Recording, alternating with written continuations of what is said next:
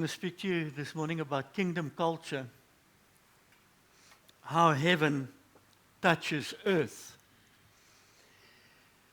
So, you know, our theme for this year is Jesus through me, which is through you as well.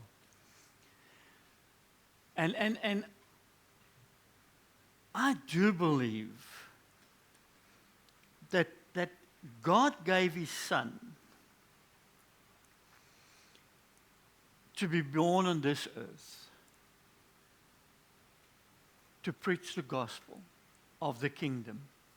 So that's what Scripture says, that Jesus preached the gospel of the kingdom. And we'll hear what it is right now. And then when He went back to His Father, He handed that baton over to us. And He said, go. As the Father have sent me, you go and do likewise. And then He said a couple of things that blows our minds and that we feel, no, we can't do it.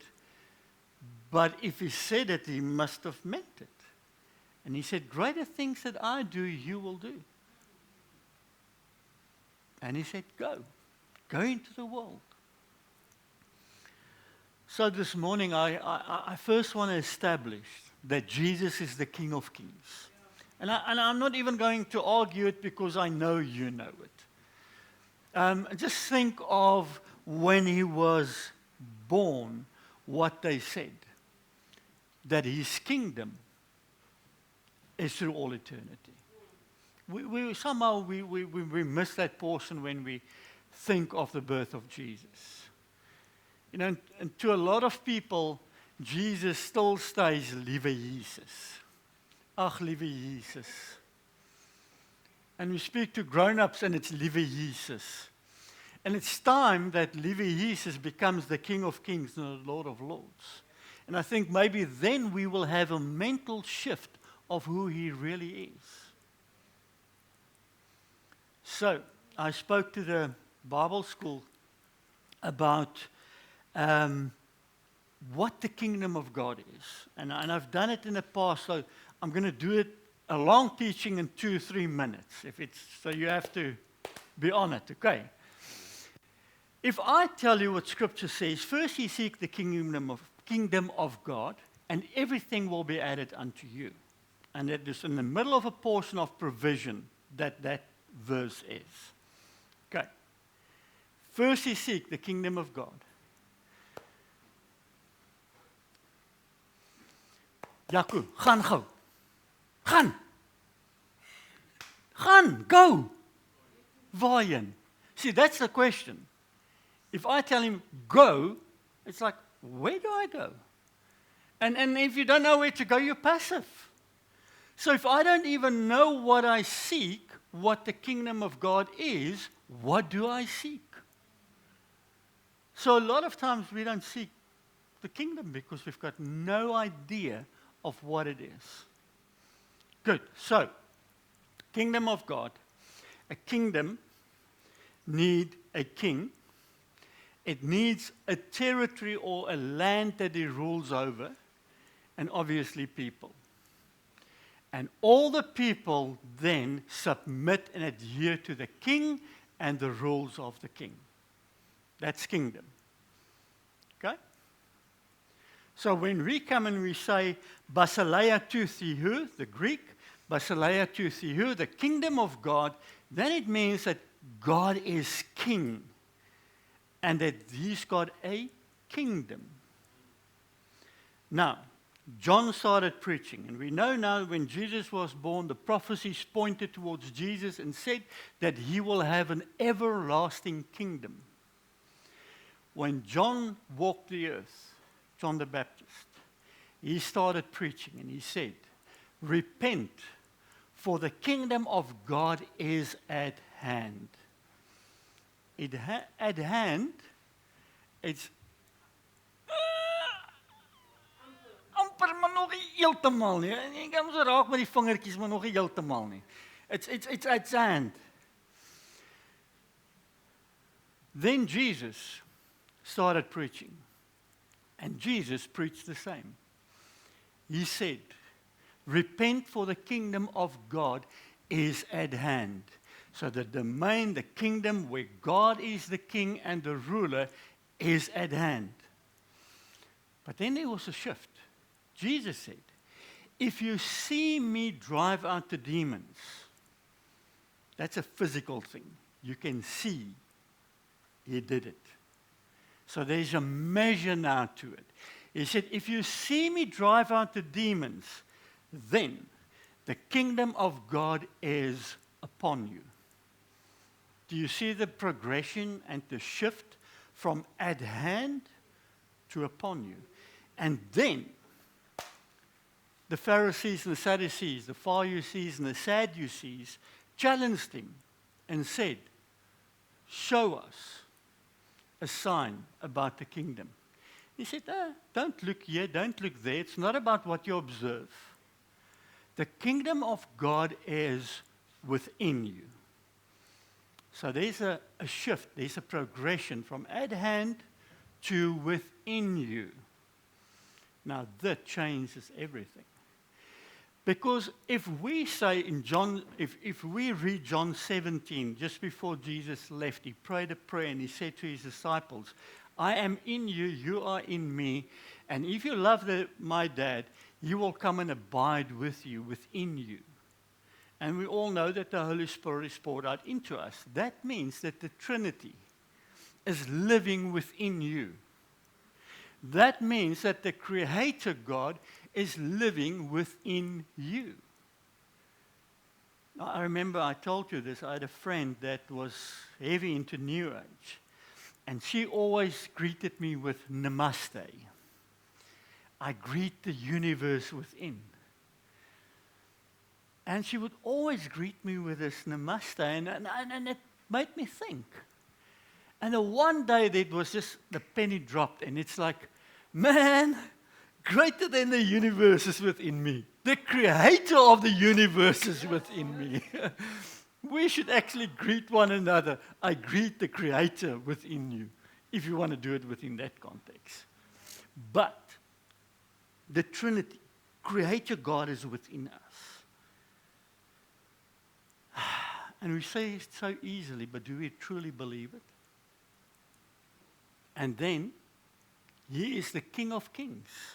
So we said the king has got a territory. Scripture says that the glory of the earth, or the earth will be filled with the glory of the Lord as the waters cover the sea. The water cover the sea. So there is something about the glory of God that's going to fill this earth. When we look at Genesis, we see that Adam and Eve was created with dominion over nature.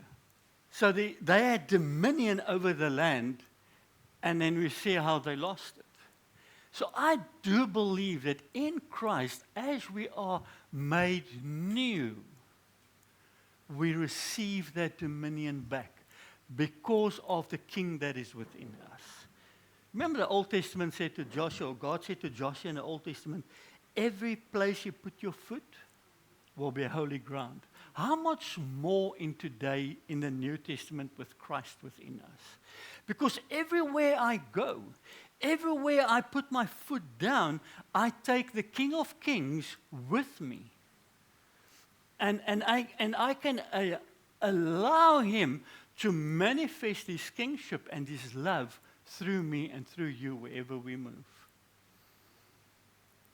So, that is the brief version of how we should understand the kingdom of God. Now, the kingdom of God is already here, but I don't believe that it's in its fullness yet. I don't believe that. What I do believe is that it is becoming more and more and more as we bring more and more people into the kingdom. But you will understand that more towards the end as well, what Jesus said. Okay, Colossians 1 verse 12.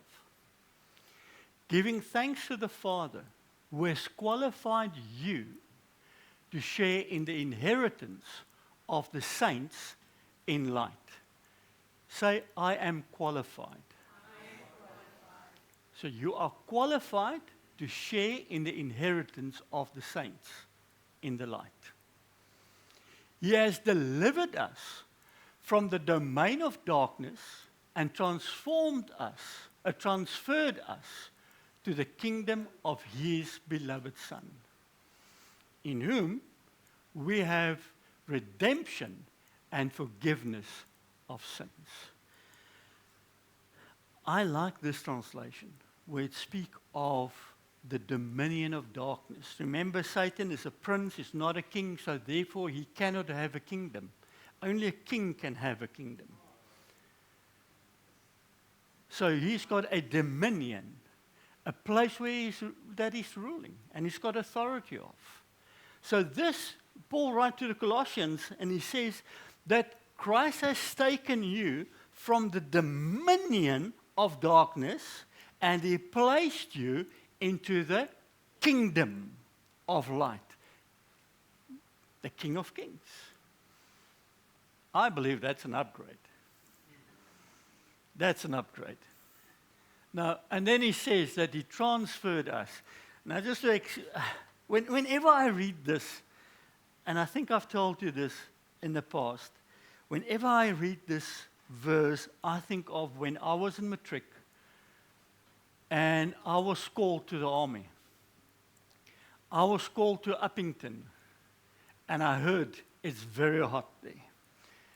And I grew up in Worcester, so I realized, man, if it's hotter than Worcester, it must be really hot. And I dreaded going to Uppington, but what can I do? I have to go. But that year, I was picked for a team. I did tug of war as a sport, and I was picked for the team. And we did essays in daar waar die groot gat is, Kimberley. And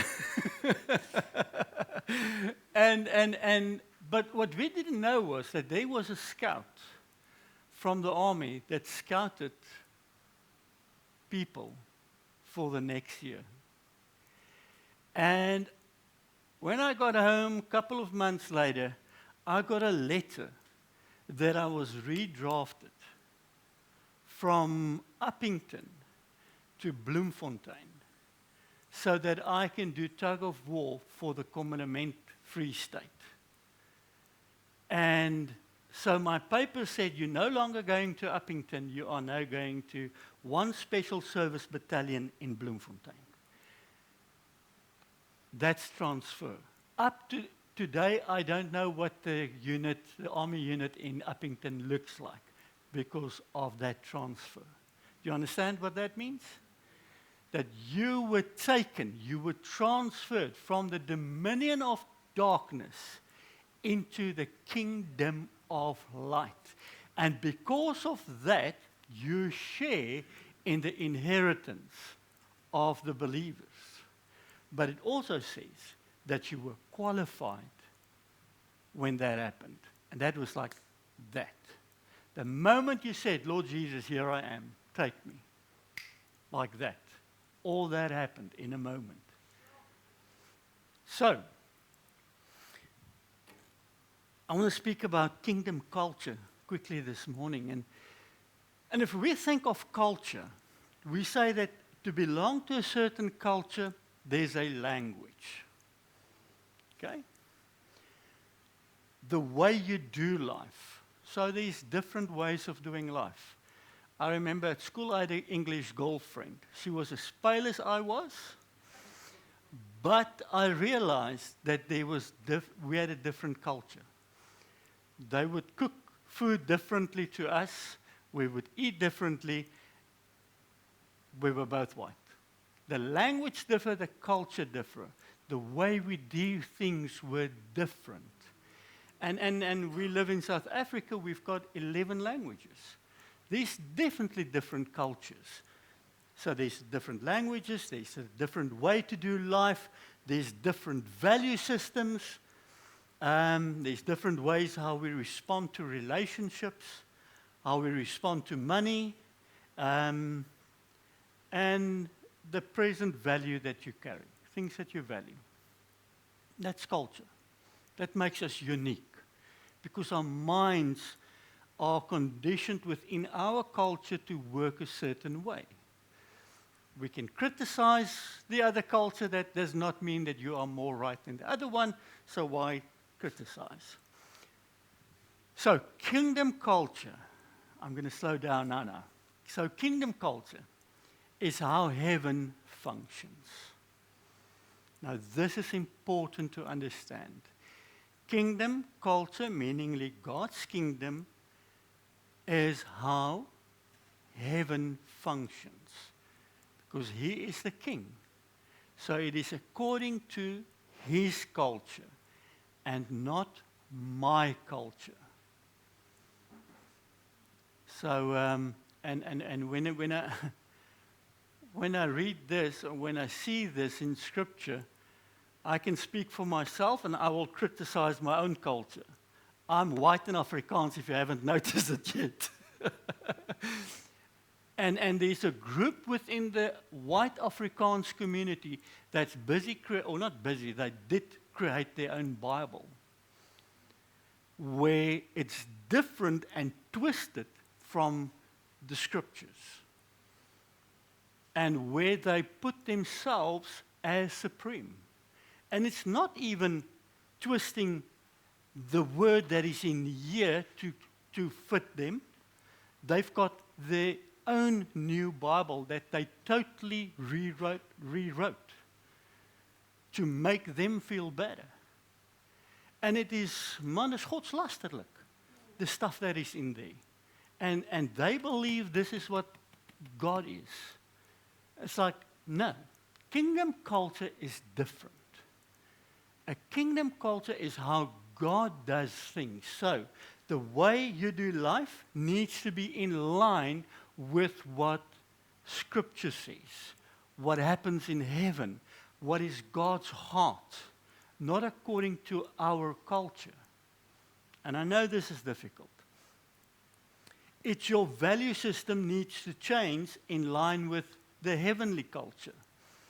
How you respond to money, how you respond to relationships, and your value system need to come in line with heaven. Okay? So Jesus said, pray like this, our Father in heaven. Now, this was quite unique, that Jesus came and He taught the people around Him to pray, our Father. The Aramaic word that was used for father there is not even as formal as father. It is more informal as daddy. So daddy would be a better translation than father. Our dad, our daddy in heaven. So it brings God to this far person, to a person that's very close to you. I mean, it's like you can trust your dad. He's there to look after you. He's there to be with you. But then He says, who art in heaven. So then at the same place, as He is close to you, He is pointing out that this dad is a very authoritative person. Because he's not from this world. He's out of this world. He's from heaven. But hear now what He says next. He says, hallowed be your name. May your name be glorified. Your kingdom come on earth as it is in heaven.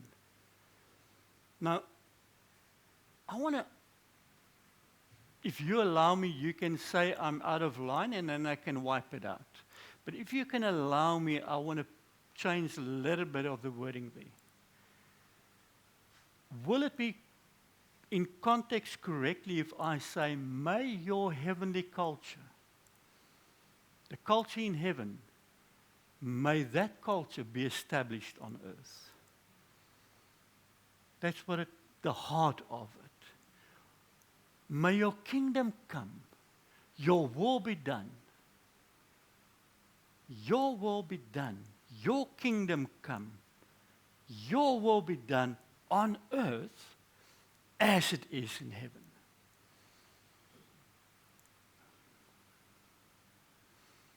And again, if Jesus never meant what he said, he would not ask us to pray this way. If this was not possible, he would not ask us to pray this way. So, break this down. May your kingdom come. Your will be done in my life as in heaven. Because if it can happen in my life, it can happen on this earth. If it happens in your life, it can happen on this earth. Because it needs to happen through you and me.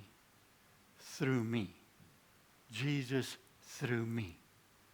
May your kingdom come, your will be done on earth as it is in heaven. So the measurement is heaven. Is that correct? That's the culture we need to strive for. And then Jesus said, no one has seen my dad, but if you've seen me, you've seen my Father. He came to make the invisible God visible. When we see the heart of Jesus, his passions and what he stood for, that is exactly what his dad was like. Our dad now as well. That is heavenly culture that we need to come in line with. Okay, let's skip that. Seek first the kingdom of God and all its righteousness, all these things will be added unto you. Seeking God's kingdom first is the key to unleash God's kingdom in your life. May your kingdom come, your will be done in my life as it is in heaven, needs to be a search for us. Jesus said, there's no greater prophet than John, because he was the last one to see the Messiah. Everyone prophesied about the Messiah to come. He was the last prophet that actually saw the Messiah. He was a prophet that stepped into the kingdom of God. But then he said, the least in the kingdom is greater than John. And then he spoke about pressing into the kingdom and advancing the kingdom and taking it by force. So there's something about, Lord, I want to take hold of this thing. I want to take hold of this. So Jesus preached the kingdom of God, the gospel of the kingdom. See, we preach the gospel of salvation. Ag, neem net Jesus aan asseblief as jou Heer en Saligmaker. Then you can sit in this chair till you die, I don't care. At least you're saved and you go to heaven. That's the gospel of salvation. The gospel of kingdom is you get saved for a purpose. There's a purpose why you're saved. And the purpose is not to sit on the chair the whole time, to lie on the couch the whole time, but to manifest his glory where you walk. And allow him to manifest his glory. Sometimes we don't even have to do anything, it just happens. That is kingdom.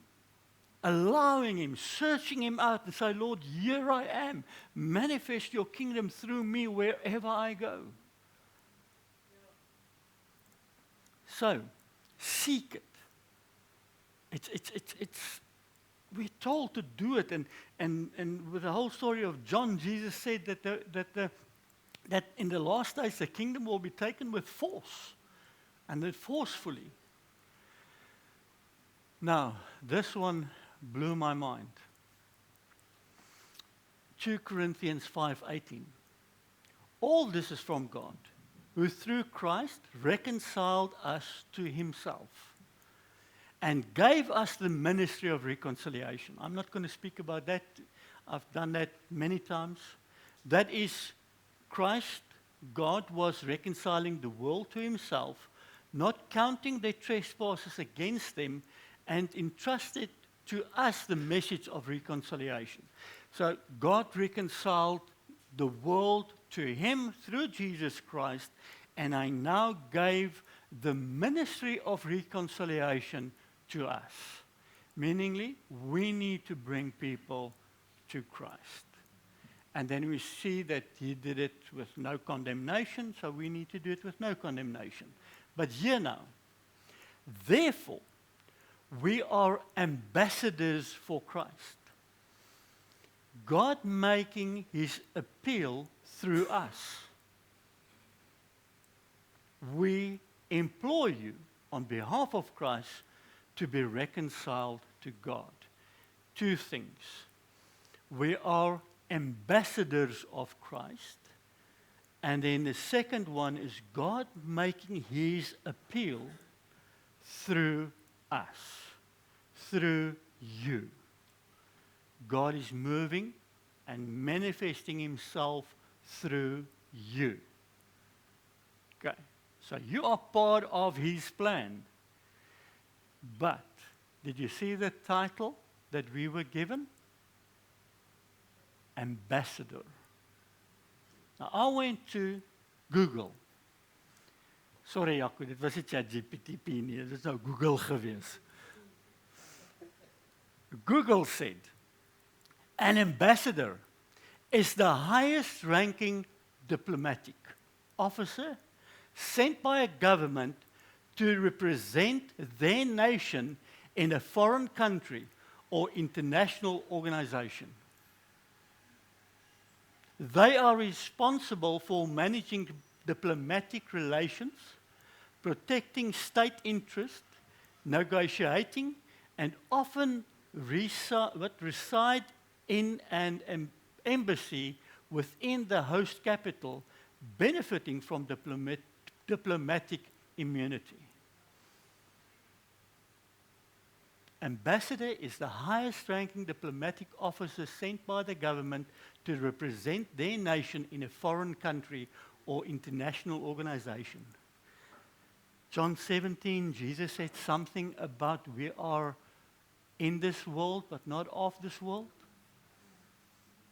When he was crucified, Pontius said, they told me that you're a king. He said, my kingdom is not of this world.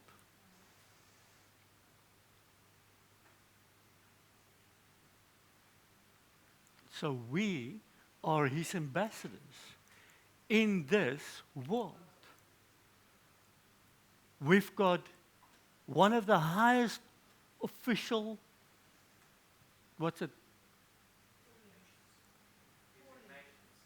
designations, but title that we need to establish the country that we represent in a foreign country. And it says that a lot of times it happens within, where is it now? Reside in an embassy.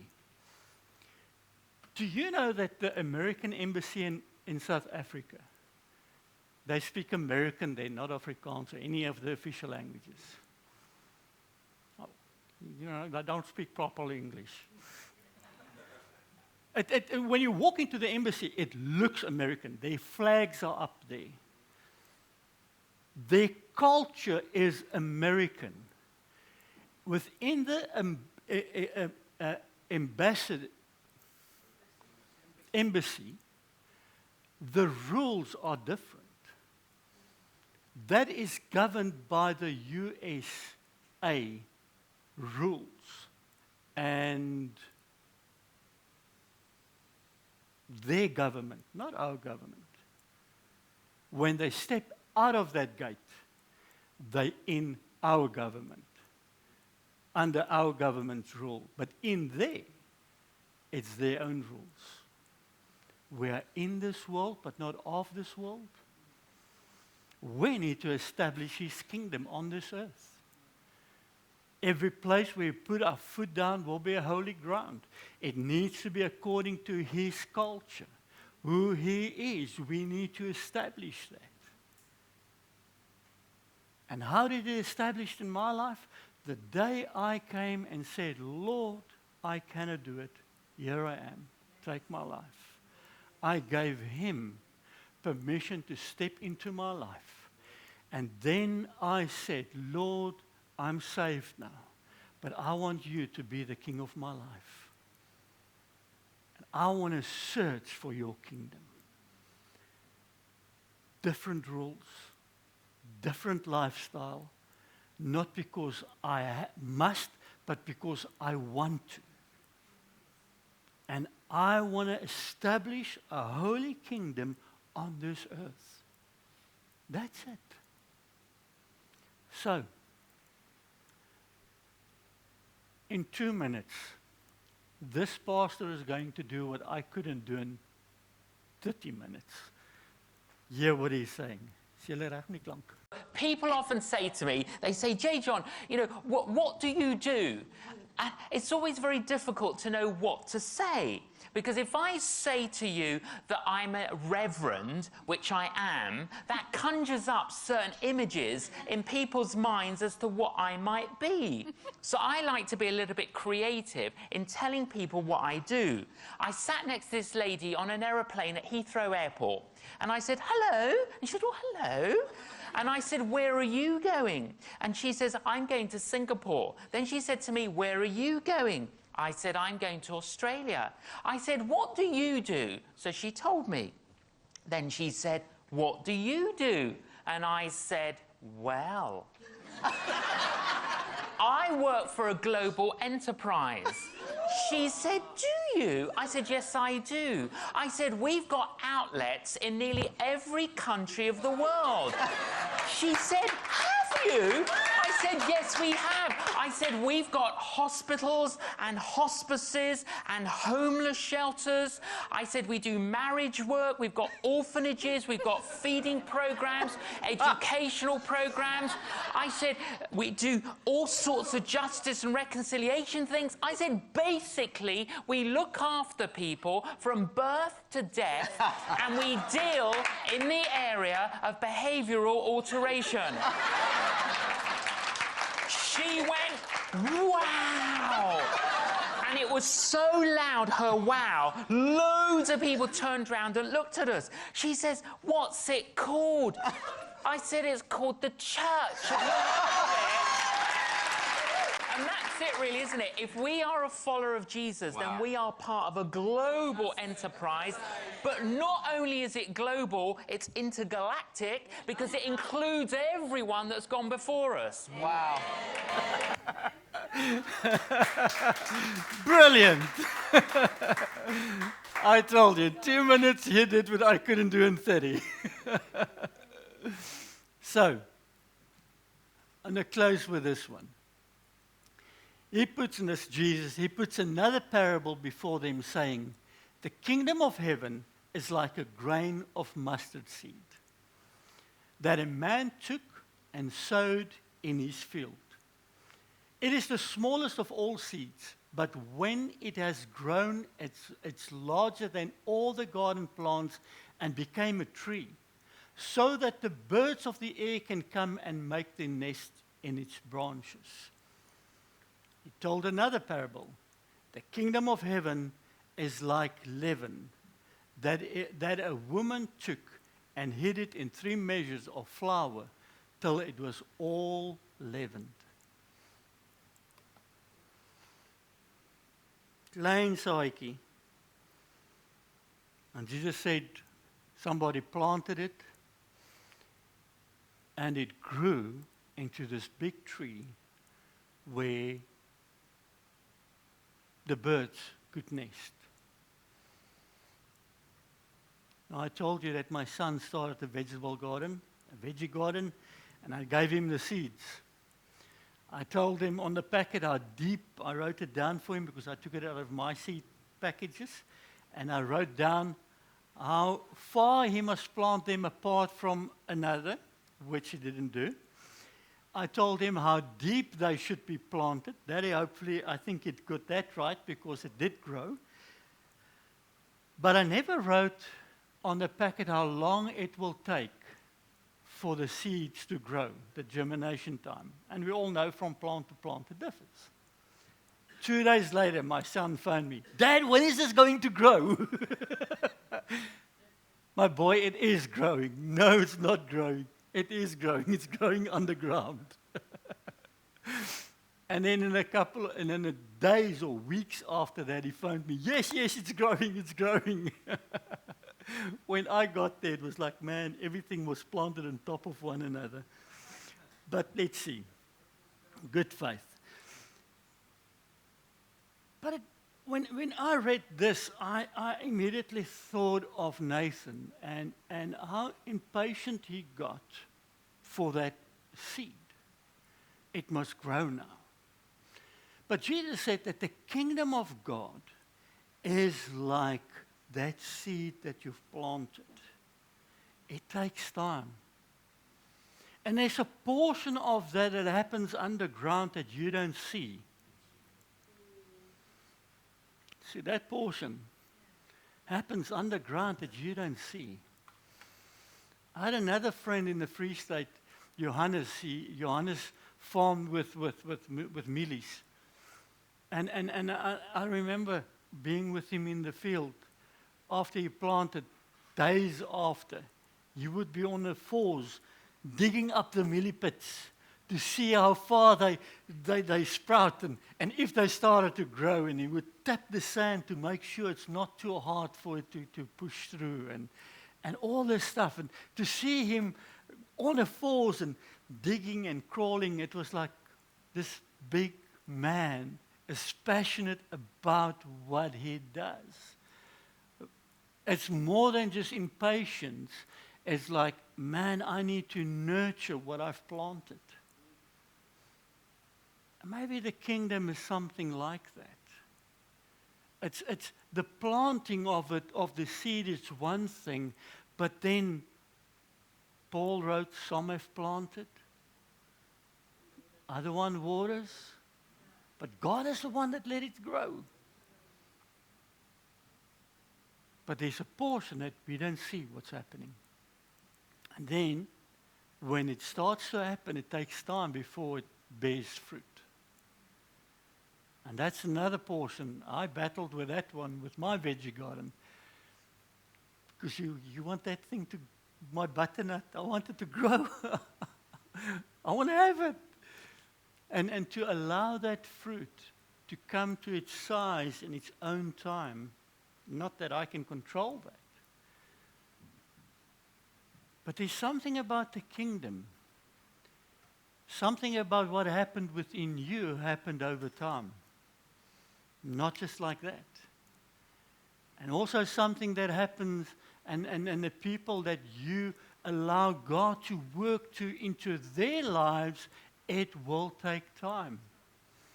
You need to water it. You need to nurture it. You need to pray for that person constantly, consistently, and allow the kingdom of God to break through in his life so that God's culture can manifest in his life. And by that, the kingdom of God was advanced. Do you see that picture?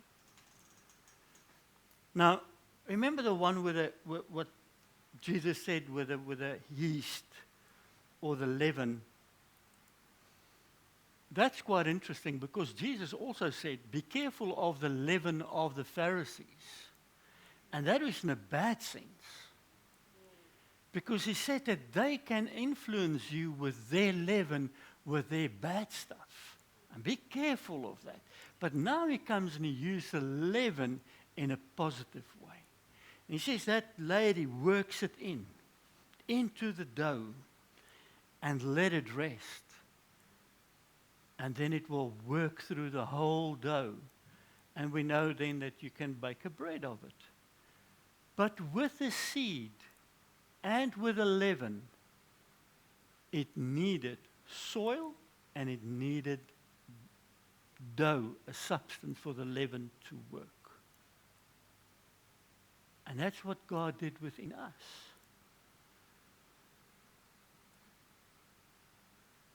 I thought, if Jesus used something negative at first, And then he used it positively. In today's time, what would that be? And I thought maybe in today's time we can say the kingdom of God is like a virus.